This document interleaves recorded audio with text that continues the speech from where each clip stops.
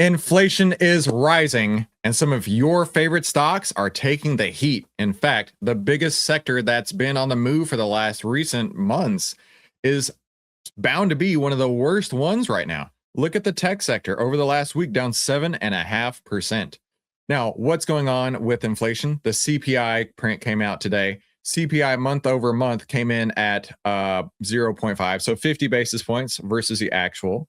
You've got CPI for May, actual 4.2 versus the estimate of 4.2, but the prior was 3.8. Now, the prior is what matters, right? We're trying to figure out if things are getting better or worse. CPI rises to 4.2%, the highest level seen since April of 2023. Core CPI inflation also rises to 2.9, the highest since September 2025. Inflation is in the US is officially back over 4% and more than double the Fed's 2% target. The odds of a Fed rate hike are rising. Now, you can actually see the odds of the Fed rate hike rising by going to what's called the CME Fed Watch tool. This is 100% for free. And in the 12 years I did consulting, this is one of the tools that I would pull up for financial institutions all the time. So we can take a look by the end of the year. What is the most likely scenario? Well, today's rate, 350, 375. We're only at 26% odds of it staying there. Basically, the other 75%, give or take, is for a rate increase, going for anywhere from 25 basis points to an entire 1% in the next 12 months. Now, what's changed over the last year, right? In the May CPI report, fuel oil up only 58.9%. Gasoline up 40%. Electricity up nearly 6%. Apparel nearly 5%. Overall CPI plus 4.2. Transportation is up 4.1. Medical care up 3.6, food away from home up 3.5. Give me a freaking break. When's the last time you went to a restaurant and it didn't cost you over $100 for a family of four? That's the case for me. Shelter up 3.4, gas and utilities up 3%, food at home plus 2.7. Used cars and new cars, however, in a very different league right here. I don't know if the car industry is going to have some troubles, but if we're looking at inflation, those two are definitely the least impacted by this. But I want to take a look at the sectors that are most impacted. And I mentioned this earlier, the tech industry has been absolutely killed recently. Let's take a look at these names, right? You've got like Nvidia, Broadcom, Micron, Qualcomm. If we look over the last week, it's going to look pretty brutal over here, right? Look at the big, deep, scary red that you see on the left-hand side of the screen, where the rest of the market actually doesn't look all that bad. Other than a couple of these tech names up here, the rest of the market's actually doing pretty well. So these are the stocks that are going to be hurt most by the Fed raising rates and by more inflation.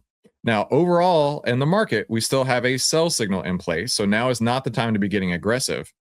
But there are several sell signals in the tech sector that I want to talk about today. One of them is probably in your portfolio right now, Palantir. Palantir has been struggling. It's gone nowhere since February, literally gone sideways for months. Still sitting on a sell signal. You can see just how fearful this stock has been for a long time. Another fresh sell signal, Microsoft had a false breakout right here and is now pushing down on a bearish trend. Another stock that is not looking good at all. In fact, Broadcom down 21% in the last week on that sell signal right here, entering its own bear market. You've got Nvidia. How far is that down? 4% in the last week. Soon to be looking at a bearish trend here in just a couple minutes. You've got Apple. It hit an all-time high just a couple days ago. Before the sell signal came, after the sell signal came on June 4th. Let's go look at Apple real quick because Apple's a real story right here. Apple's a real story. June 4th was this candle right here, right? Your buy to sell signal went up 19% during that time. But on this date, Monday, June 8th, at the WWDC, the Worldwide Developers Conference, Apple put in a brand new, fresh all-time high and has fallen down hard since that point. From the top to today, we're down 8%. We're almost in correction territory in the span of just a couple of days. We close under 288 today. We're going to be in a bearish trend. It's crazy just how things can turn when the market's working against these tech stocks like Apple, right? And then you've got AMD has a sell signal as well. So looking across the board over here, most of these stocks are where you don't want to be because inflation's working against you. The story of all these stocks is going down. And maybe, just maybe, maybe it's a crazy idea, but maybe they're selling off so they can buy some SpaceX, right? SpaceX IPOs this Friday. So maybe that's it, right? People got to have money to buy SpaceX, and they had all their money in these big tech stocks, so they're going to sell them off, right? Well, what sectors have been performing? And this is the drum I've been beating for 2 weeks now. The consumer defensive. This is the sector that money is rotating to. Okay. It's not a sexy sector. You've got non-alcoholic beverages, you've got packaged foods, you've got food distribution, you've got grocery stores and discount stores, right? This is not a sexy sector at all. But you don't need a sexy sector. Okay. When the market is looking bad, right? We got that sell signal in the market. We've got money rotating. We've got inflationary signs. These are the type of things that are always going to be there. So you need to be putting consumer defensive / staples, they are one and the same, on your radar. So I actually ran the screener this morning to see what stocks in this sector have fresh buy signals that you could take a look at. First on the board, Procter & Gamble. Procter & Gamble got a fresh buy signal today on June 10th. Now, remember, you don't have everything working for you, right? The market is, while it is trending up higher, the market has bearish breadth and the market has a sell signal.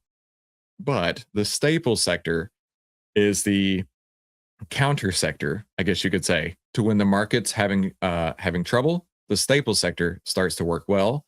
And Procter & Gamble is one of these stocks that just got a buy signal today. And if we zoom out a little bit, don't be surprised to see a lot of these that have been beat up for a while, because nobody wants to put their money in boring stocks like Procter & Gamble when they could put their money in Broadcom, in Nvidia, in Micron, whatever, right? Those are the big high-flying stocks.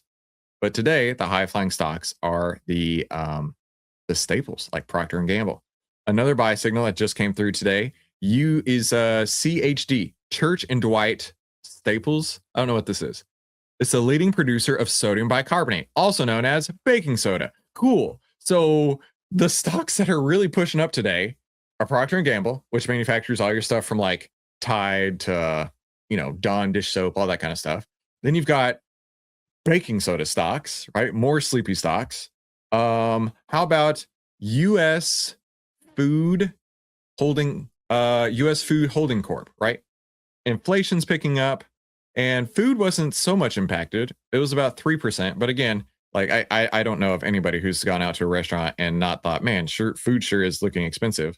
And maybe that's the case, and why US Foods could be a good bet over here. Could be a stock that you want to put on your radar.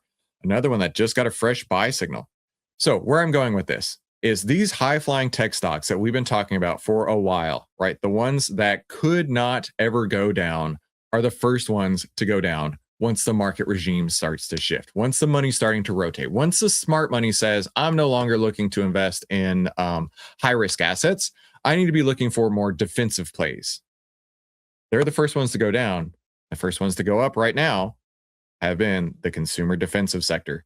Stocks like Procter & Gamble. What was this again? Church & Dwight, the baking soda makers. And then you've got US Foods over here. There's all kinds of opportunities out there in the marketplace for you to take a look at. But you need to be very, very careful. In fact, we talked in this video right here about how flight to safety assets like gold and silver are taking it on the nose. Some of these are below their 200-day moving average. You don't want to miss out on that. And we talked about how the flight to safety stocks really aren't the safety that they were anymore. I just gave you a couple ones that could be. So be sure you subscribe, and we'll talk soon.